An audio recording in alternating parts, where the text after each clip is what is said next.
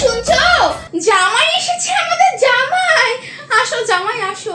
আরে থাক থাক থাক, নমস্কার দিতে হবে না। আরে আরে মা, এটা আপনার জন্য মা। আমি ফল মিষ্টি আনিনি, আপনি আপনার মধ্যে কিনে নেবেন মা। ঢাকার কি দরকার ছিল?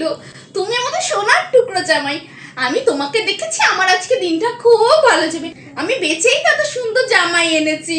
এমনি এমনি এনেছি নাকি? আহা, সবাই যাই বলুক, আমার জামাই সোনার টুকরো জামাই। আসো আসো, ঘরে আসো। আয় মা আয়। মা চলে এসে গেছি, এসে গেছি। ভালো আছেন শাশুড়ি মা? দেখো দেখো, নমস্কার করার নাম গন্ধ নেই। নমস্কার কোনো নাম, থাক থাক, আর নমস্কার দিতে হবে না বলার পর। হ্যাঁ, অলআউটো। সাধেই কি জামাই ষষ্ঠীর 1 মাস আগে তুমি বিয়ে করেছো? আমার মেয়েকে পালিয়ে নিয়ে গেছো নাকি? সাধেই 1 মাস পর জানো তো জামাই ষষ্ঠী, ডাকাতি করবে এরপর আমার বাড়ি এসে, তাই না? আমার মেয়েটাকে তো চুরি করে তোমার কোনো শান্তি হয়নি, এবার শ্বশুর বাড়ি গিয়ে ডাকাতি করবে।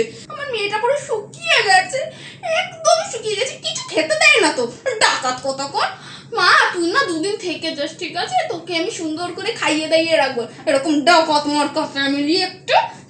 দেখো, কিচ্ছু আনার নাম গন্ধ নেই, ডাকাতি করতে এসেছি তো অবশ্যই হাতে কিছু আনবে কেন?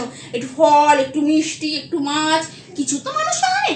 হায় মায়, আয় তুই আজকে অনেক ভালো করে খাওয়া দাওয়া করিস এই দিন।